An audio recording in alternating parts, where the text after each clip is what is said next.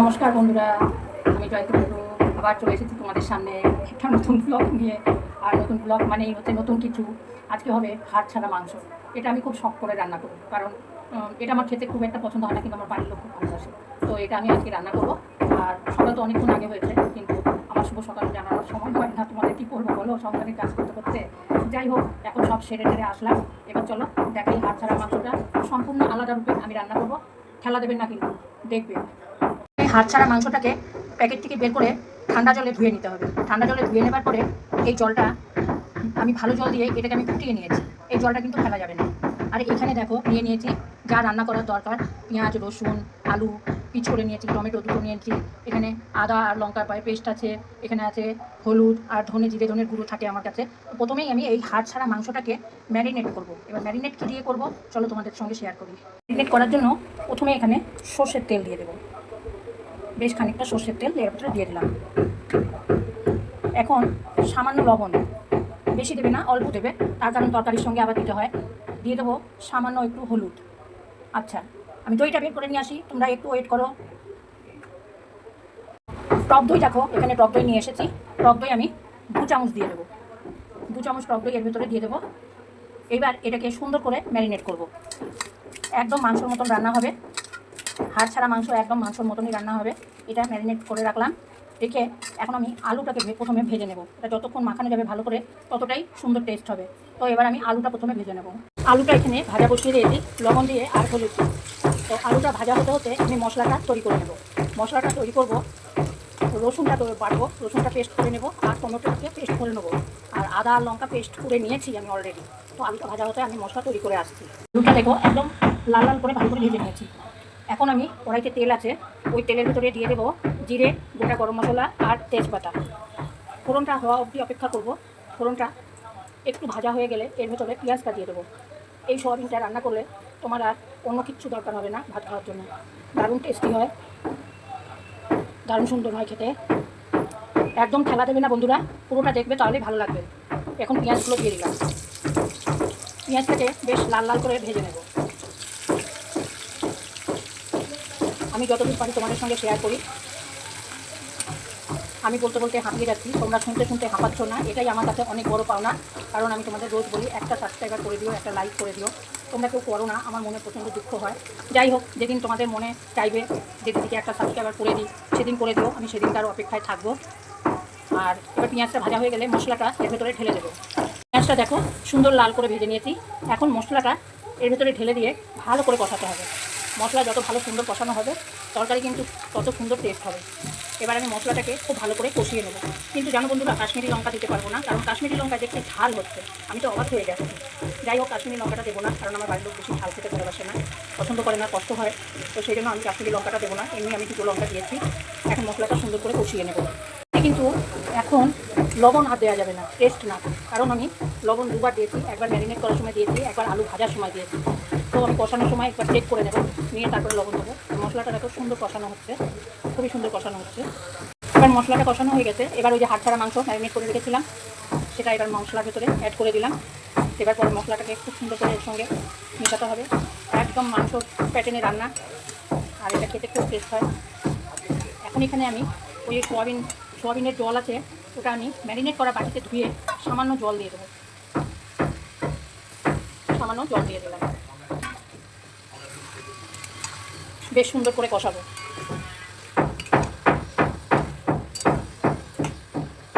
সামান্য চিনি দিয়ে দেবো, 2-4 দানা, বেশি নয়। সামান্য 2-4 দানা চিনি দিলাম। এটা দেওয়ার কারণ হচ্ছে তোমার লবণের ব্যালেন্সটা ঠিক হবে, তরকারির টেস্ট একদম পারফেক্ট আসবে। এখন মশলা দিয়ে সুন্দর করে কষানো হয়ে গেল। কষানোর পরে এখন এটা তো সেদ্ধ হতে টাইম লাগে না খুব একটা। এখন আলু ভেজে রেখেছিলাম, আলুটাকে অ্যাড করে দিলাম। এখন কষাতে থাকো, যত কষাবে তত ভালো লাগবে খেতে। আজকে গোটা গরম মশলাই দিয়ে দিয়েছি। এবার এটা আমি ঢাকা দিয়ে দেবো। লবণটা কম হয়েছে, দেখো একটু লবণ দিয়ে দিলাম। এটা কিন্তু রুটি ভাত দুটোর সঙ্গে খুব টেস্ট লাগে খেতে। আবার 10 মিনিটের জন্য ঢাকা দিয়ে দেবো। দিয়ে দিলাম খানিকটা টমেটো সস, মানে কিষান সস, দিয়ে এটাকে দিয়ে ভালো করে নাড়িয়ে দেবো। এবার এটা কষানো হয়ে গেছে। তোমরা যদি মনে করো ঝোল খাবো তাহলে ঝোল করতে পারো, কিন্তু এটা ঝোল খুব একটা ভালো লাগে না, তাই কষা কষাটাই ভালো লাগে বেশ। আমি এখন সোয়াবিন ধুয়ে যে জলটা ছিল জলটা আরেকটু কষিয়ে নেওয়ার পর দিয়ে দেবো। দেখো কী সুন্দর হয়েছে, দেখতে পেয়েছো বন্ধুরা কী সুন্দর হয়েছে। এখন ওই যে সোয়াবিন ধোয়া জলটা ছিল জলটা এর সঙ্গে অ্যাড করে দেবো আলুটা সেদ্ধ হওয়ার জন্য। বেশ ভালো করে এটাকে নাড়িয়ে এবার গ্যাসের ফ্লেমটাকে জোরে দিয়ে দিতে হবে, যেহেতু জল দিয়েছি জলটা টানানোর জন্য। দেখো বন্ধুরা আমার হাত ছাড়া মাংস একদম রেডি। কেমন হলো দেখো তো, একটা লাইক, একটা সাবস্ক্রাইবার, আর ফেসবুক থেকে দেখলে একটা ফলো, একটা লাইক অবশ্যই করে দেবে। টাটা। বন্ধুরা তৈরি করব সুজির হালুয়া। আর সুজির হালুয়া তৈরি করার জন্য প্রথমে দেখো আমি সুজিটাকে চেলে নিয়েছি। চেলে নেবার পরে এখানে দেখো ছোটো এলাচ থেকে আমি ছোটো এলাচের বীজগুলো বের করে রেখেছি। আর এখানে কাজু, কিশমিশ, চিনি, দুধ, ঘি সমস্ত সরঞ্জাম রেডি করে নিয়েছি। একা হাতে ভিডিও করি তো, নাহলে এটা আনতে ওটা আনতে হয় না, এই জন্য আমি সব রেডি করে নিয়েছি। আর কাজুটা আমি গুঁড়ো করে নেব। এখন প্রথমে কড়াইতে ঘি দিয়ে দেবো, ঘি দিয়ে সুজিটাকে ভেজে নেব। ঘিটা দিয়ে দিয়েছি, ঘিটা গলে গেলে এবার সুজিটা আমি ঢেলে দেবো। সুজিটা ঢেলে সুজিটা ঘিয়ের সঙ্গে একদম লাল লাল করে ভেজে নেব। ততক্ষণ আমি সুজি ভাজা হতে হতে করে নেব কাজুর গুঁড়োটা। সুজিটা আমি দিয়ে দিয়েছি, ঘিটা বেশ খুব সুন্দর করে মাখিয়ে নেব। মাখিয়ে নেবার পর গ্যাসের ফ্লেমটাকে আস্তে করে দিয়ে কাজুর গুঁড়োটা করে নেব। সুজি রান্না করার জন্য কিন্তু আমরা আলাদা কোনো কড়াই ব্যবহার করি না। ঠাকুরের রোলে করে আলাদা ব্যাপার, নিজেদের জন্য আলাদা কড়াই ব্যবহার করি না। এটা ওবেলাকার রুটি খাওয়ার জন্য আমি তৈরি করছি। তার জন্য আমাদের কী করতে হয়, কড়াইটাকে খুব সুন্দর করে পরিষ্কার করে মেজে নিতে হবে, কারণ এতে তরকারি রান্না হয় হলুদ হয়ে যাবে না হলে সুজিটা। তো সুজিটাকে খুব লাল করে ভালো করে সুন্দর করে প্রথমেই ভেজে নিতে হবে, নাহলে সুজিতে কাঁচা গন্ধ বেরোবে। তো আমি খুব সুন্দর করে এটাকে ভেজে নেব। একদম ঘি দিয়েছি, ঘি দিয়ে ভেজে নিচ্ছি সুজিটাকে। সুজি ভাজার সময় সামান্য একটু লবণ দিয়ে দিতে হবে। লবণ দিলে চিনির টেস্টটা, মিষ্টিটা আর কি একদম পারফেক্ট আসবে। লবণের ব্যালেন্স ঠিক করে, তো একটু লবণ দিয়ে দিলাম। দেওয়ার পরে এখন সুজিটাকে আবার সুন্দর করে ভেজে নেব। সুজিটা ভাজতে ভাজতে তোমাদের বলি বন্ধুরা, তোমরা কারা কোথা থেকে ভিডিওটা দেখছো একটু কমেন্ট করে জানাবে। কমেন্ট পেলে খুব আনন্দ হয়, তাহলে আমি বুঝতে পারি আমার ভিডিওটা অনেক দূর পর্যন্ত পৌঁছে গেছে। তো একটু কমেন্ট করে জানিও কারা কোথায় থেকে দেখছো। এখন দেখো সুজিটা মোটামুটি ভাজা হয়ে এসছে, এখনও পারফেক্ট হয়নি, এখনও সুন্দর করে ভাজতে হবে। এটা ভাজা হয়ে যাওয়ার পর এটাই কিন্তু ডাইরেক্ট দুধ দেওয়া যাবে না। ডাইরেক্ট দুধ দিয়ে দিলে দুধটা পুরো টেনে নেবে। প্রথমে একটু কাঁচা জল দিয়ে এটাকে ভিজিয়ে নিতে হবে, তাহলে তোমার টেস্ট একদম সুন্দর হবে। তো প্রথমে দেখো সুজি ভাজা হয়ে গেছে, একদম লাল লাল হয়ে গেছে। সামান্য কাঁচা জল দিয়ে দেবো। কাঁচা জলটা দিলে তোমার দুধটা টেনে নেবে না। এখন আমি দুধ অ্যাড করে দেবো এর ভেতরে। দুধটা অ্যাড করে দিলাম। দেওয়ার পরে এটাকে সেদ্ধ হওয়ার জন্য অপেক্ষা করব। আমি যদি প্রথমেই দুধ দিয়ে দিতাম তাহলে দুধটা পুরোই টেনে নিত, তাহলে দুধের টেস্টটা আর পাওয়া যেত না। তো এখন আমি পরে দিয়েছি যেহেতু, এখন দেখো জল জল হয়েছে। এখন এটাকে সুন্দর করে ফুটিয়ে নেব। ফুটিয়ে নিলে দুধের স্বাদটা সুজির ভেতরেই থাকবে।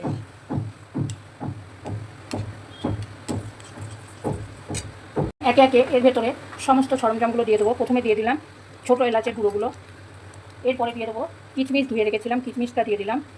এরপরে দিয়ে দেবো কাজু পেস্ট করে নিয়েছি, কাজুর পেস্ট দিয়ে দিলাম। এরপরে দিয়ে দেবো চিনি রেখে দিয়েছিলাম, চিনিটা দিয়ে দিলাম। এবার সমস্ত জিনিসগুলো খুব ভালো করে মেশাতে হবে, খুব সুন্দর করে মেশাতে হবে। আর হালুয়া মানেই একদম টাইট টাইট হবে, জল জলের কোনো প্রশ্ন থাকবে না। চিনিটা গলে গেলেই একদম টাইট হয়ে যাবে, চিনিটা শুকিয়ে যাবে জলটা। এরপরে যেটা করতে হবে সেটা হচ্ছে একটা থালায় ঢেলে দেবো, ছড়িয়ে দেবো। ছড়িয়ে দিয়ে চাকু দিয়ে কেটে নেব। নাড়তে নাড়তে ঠিক এইরকম হবে, একদম আঠা আঠা হয়ে যাবে। এই যে দেখো আঠা আঠা হয়ে গেছে। এখন এটা থালায় ঢেলে দেবো। একটা থালায় একদম ছড়িয়ে দিয়েছি, একদম সমান করে দিয়েছি। একটু বাটিতে করে জল নিয়ে হাত দিয়ে থাবিয়ে দিলেই এটা একদম সমান হয়ে যায়। এখন এটা একটা চাকুর সাহায্যে কেটে নেব, পিস পিস করে কেটে। এটা তুমি ফ্রিজেও রেখে দিতে পারো, 2-1 দিন রেখে খাওয়া যেতেই পারে। একদম পিস পিস করে কেটে নেব চাকু দিয়ে, এইভাবে পিস পিস করে বরফির মতন কেটে নেব।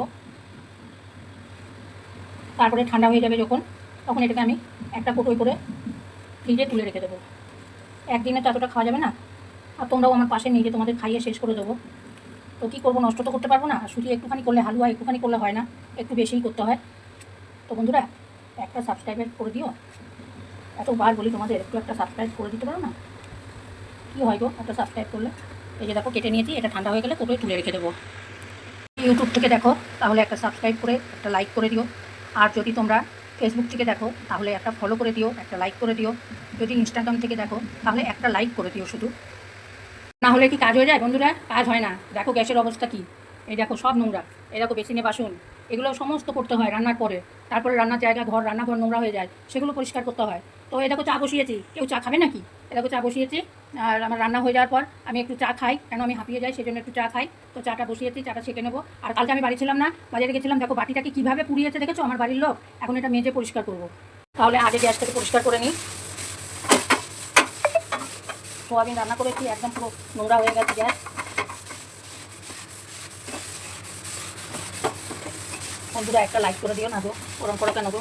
একটা লাইক করে দিও, একটা সাবস্ক্রাইব করে দিও। ভিডিও করতে তো কত পরিশ্রম হয় জানো তো, প্রচুর বাসন হয়, প্রচুর কিছু হয়।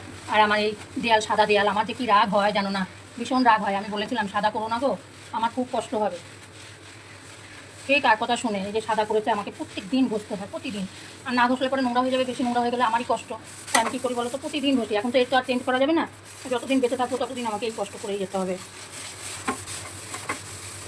ঠিক দুটো নামিয়ে দিই, ঠিক দুটো নোংরা হয়ে গেছে, ধুয়ে নিয়ে একবারে।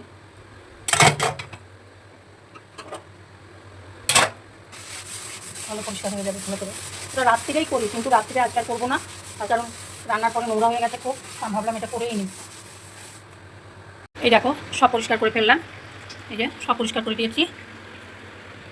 এখন বাসনটা মেজে নেব। জানো বন্ধুরা, নিজের কাজ নিজে করলে পরে পড়ে যাচ্ছিলাম। এখন নিজের কাজ নিজে করলে পরে অনেক ভালো লাগে, কি বলো তো, সময়ও কেটে যায়, পরিষ্কারও হয় জিনিসপত্র। কাজের লোক তো রাখবো, ইচ্ছা করে রাখতেই পারি। কাজের লোক রাখি না কেন জানো? দুটো কারণে।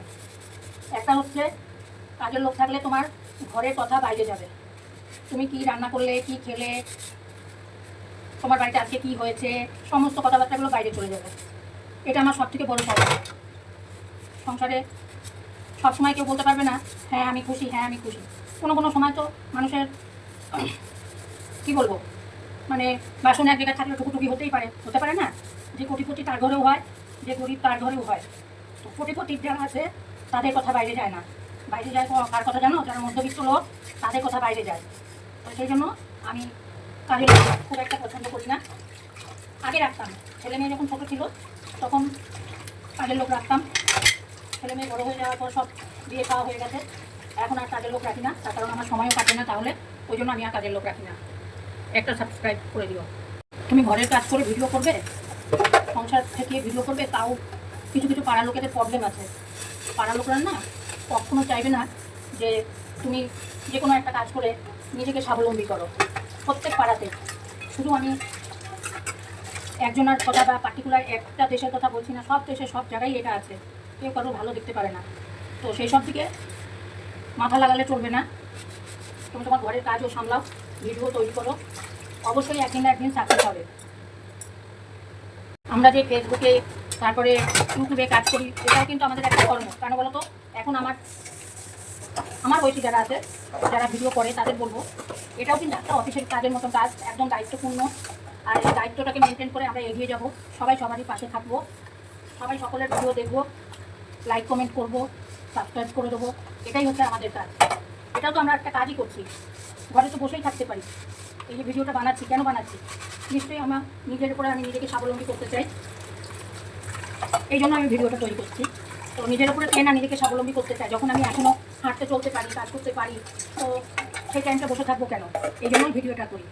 ভালো লাগলে বন্ধুরা একটা সাবস্ক্রাইবার, আর যদি ফেসবুক থেকে দেখো তাহলে একটা ফলো, একটা করে লাইক করে দিও। ইনস্টাগ্রাম থেকে দেখলে একটা লাইক করো। দেখবে না কতগুলো বাসন মাজলাম, দেখো কতগুলো বাসন মাজলাম, দেখো এতগুলো বাসন মাজলাম। এবার আমার সন্ধ্যা অবধি একটু কাজ হয়ে গেল। এখন ঘর বারান্দা ঝাঁট দিয়ে মুছে নেবো। ও তারপর আবার জামা কাপড় আছে, ভাঁজ করবো।